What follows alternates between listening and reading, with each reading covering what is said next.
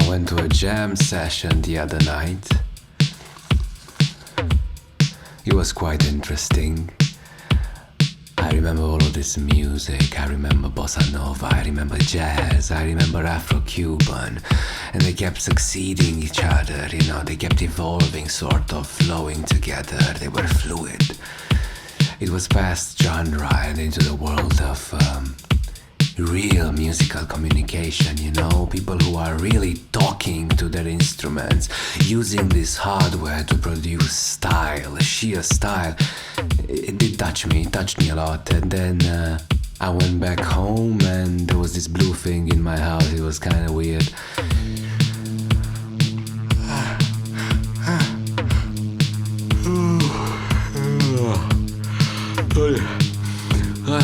I just fell asleep at 6 a.m. again. It's been quite a ride, let me tell you.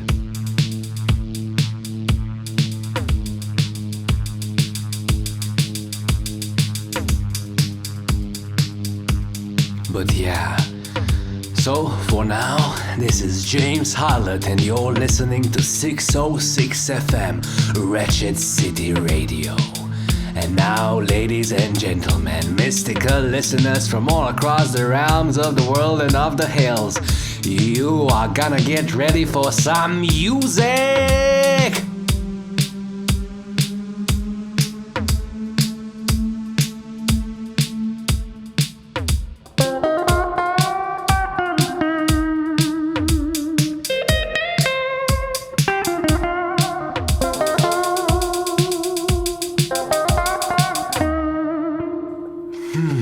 But yeah, I'll tell you about the blue thing later. Right now, I just wanted to share this story with you. This is the story of a cab driver named Sandy Satire. So, buckle in and get ready for your ride across town, past the skyscraper town, down into the downtown.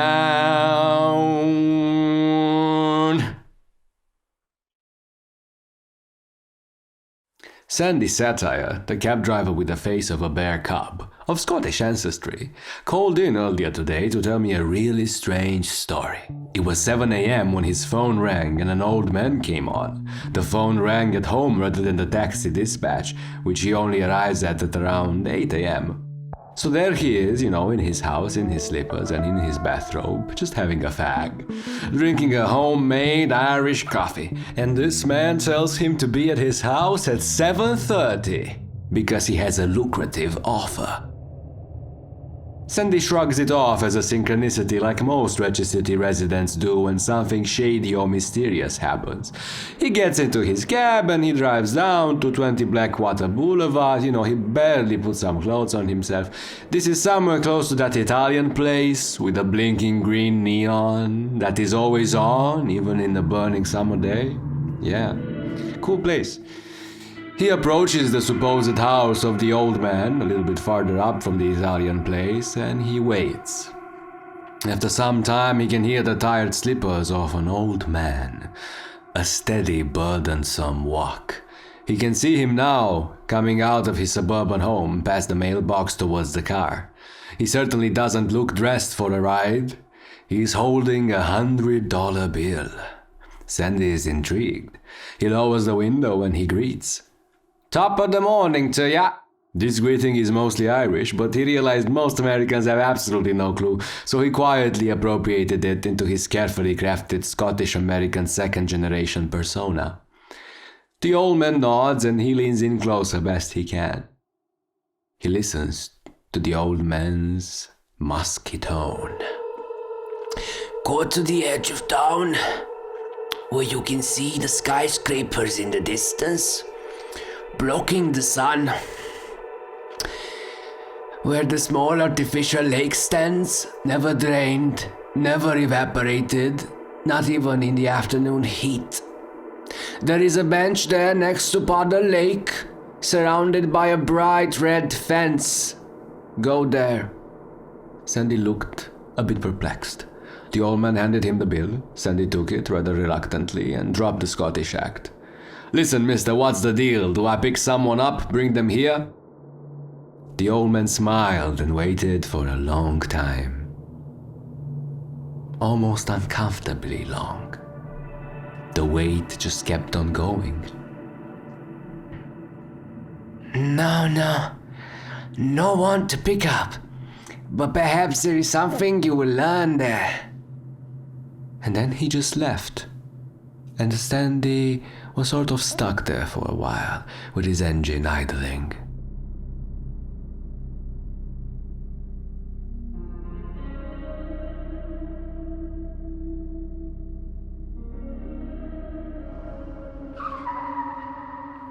So I promised you earlier that I was going to talk about the blue thing. Let's do a little bit of that and we'll go back to Sandy's story, because Sandy's story goes on for a while. Alright, but thank you for sending it over, Sandy. Thank you for telling me your story. You are always appreciated. Thank you for coming to us with this, but I really need to get this out of my system. So I come home last night, right? And I had an amazing night. There was all of this music. It was intoxicating. And I'm standing in my bathroom and I'm looking in the mirror and suddenly I meet a woman. I saw her first in the reflection of my bathroom mirror, how interesting. Stalking me from behind. It was enticing and it definitely put me on the spot, but it felt good. And she's so cute. Her skin is blue and scaly. Her eyes are sort of solid red with a tiny hint of neon, the hint of her age, maybe between 1 and 2 eons. So much experience, just think about it. What a catch. I think she might want to steal my soul, but the naive thing doesn't know I never keep my soul on me. Just like my ID, why would I ever need it? Anyway, I'll keep you posted on this. I hope I find her again.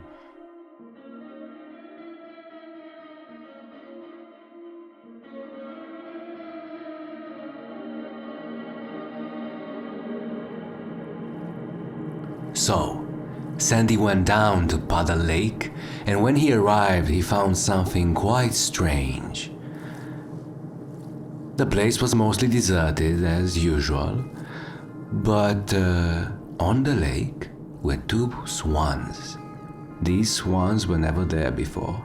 One of the swans was white and the other swan was black. Tied onto their necks were 2 notes in ribbons of different colors. One ribbon was red, the other ribbon was blue.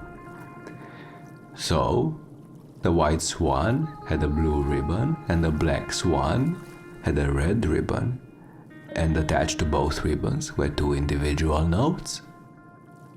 So Sandy looked. This was getting interesting. Finally, there was nuance in whatever was going on. The mystery had character. It seemed like something in the movies he used to watch, or the comic books he used to read.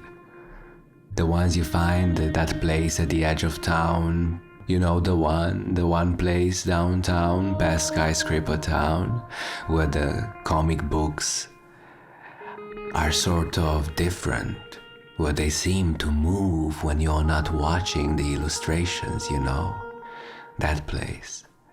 And all of them smell so nice. Like fruit and thyme. Anyway, I digress. He was here, in front of this lake, and he was looking at these swans, and he was trying to figure out what is going to happen next. He thought that obviously he needs to get the notes, right? Like, that is the only thing that makes sense. And then he tried to think of a few courses of action. The first course of action, the easiest, was of course the most repelling. Kill the swans, maybe a gun or an arrow or something, and just take it. The other course of action, of course, the more compelling and difficult one, was befriending the swans somehow, gaining their trust perhaps, or bribing them, finding a way to get it from them without having to attack them.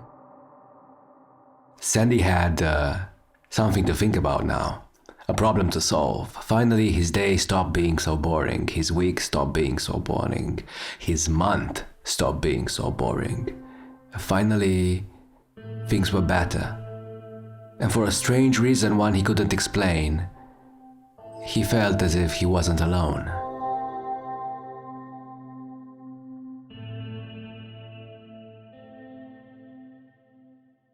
So before telling you the rest of Sandy's story, I feel a moral duty to finish my own blue woman story. So here it goes.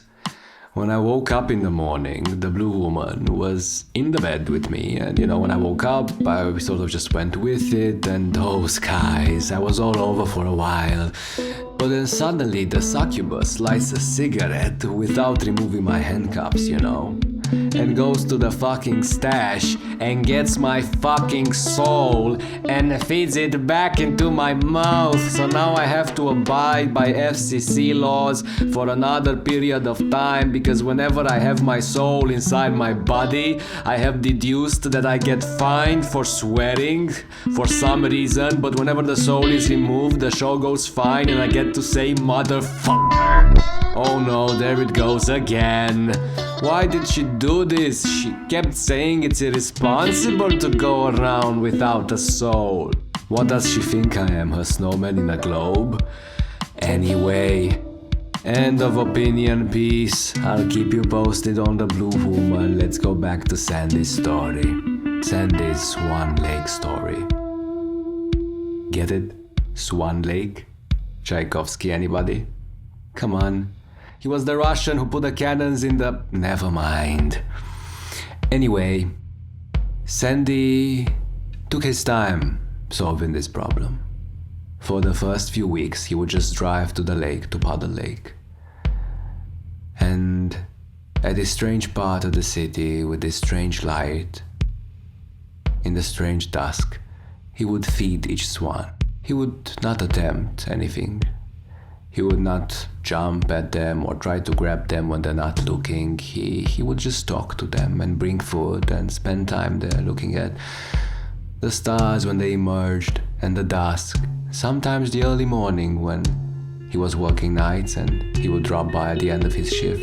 He spent a lot of time with these swans, and whenever he was there, he didn't feel alone. But it was more about another feeling, another presence in the wind, in the smell. It wasn't the swans. He got used to the swans, to their sort of energetic output, to their sort of magnetic output, He got used to that. No, there was another presence, but he could never sort of put his finger on it. It was something which he felt he had lost a long time ago, perhaps before he had even been born. And then after 30 days, the swans started getting used to him. And one day, as he arrived at the beginning of the end of the day,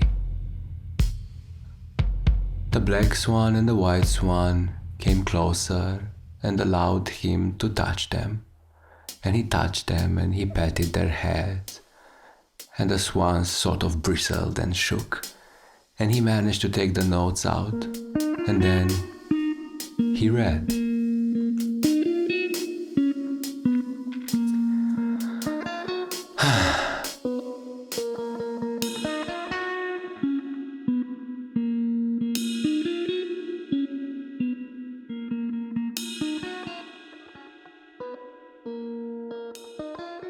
My name is Alexander Satire.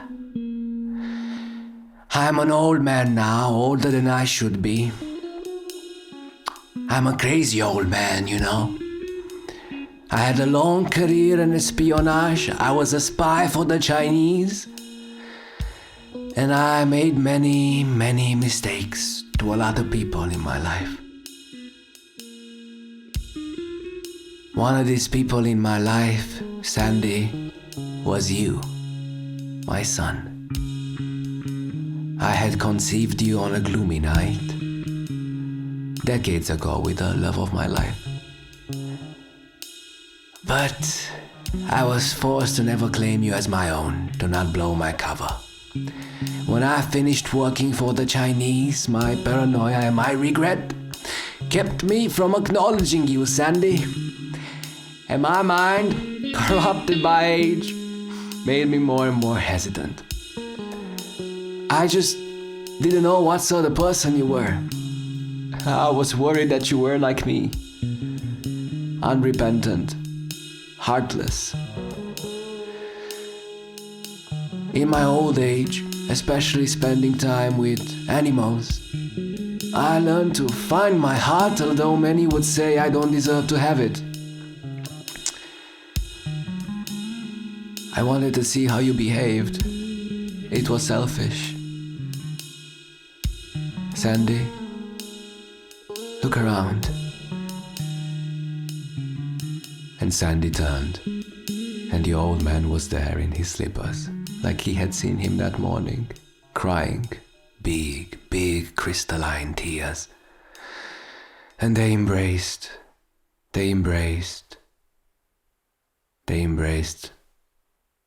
nevertheless, and irregardless of the past.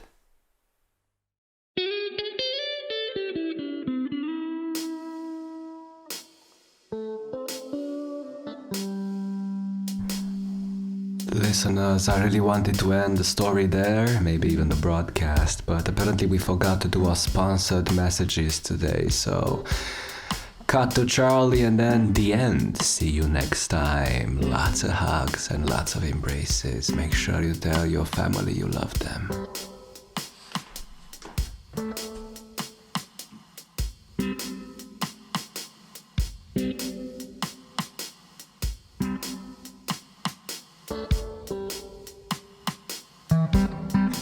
This is Charlie with the advertising break. So I'm reading what we got here in the mail, and it's real nice, real wholesome. It says, Sandy Satire and Pops Taxi Service, now sponsored by the father and the son. Don't you just love wholesome stories with a good ending like that? Sandy Satire's Taxi Service. It might seem funny, but it's not. We'll take you anywhere you wanna go. It just says sing, so I'll do my best. We'll take you anywhere you wanna go. We'll take you to the end of the universe and maybe even below. We'll take you to the skies and maybe even above that. We'll take you back where you want.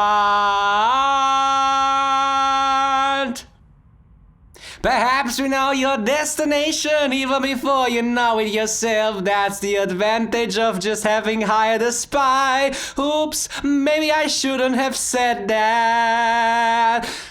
Just a disclaimer, customers. I just wanted to say I really like the Chinese. I think old man Satire, he shouldn't be so hard on himself. The Chinese should know things about us. We know plenty of things about the Chinese, don't we? What do you mean I should stop? Come on, I was just getting started. Come on, don't cut me off.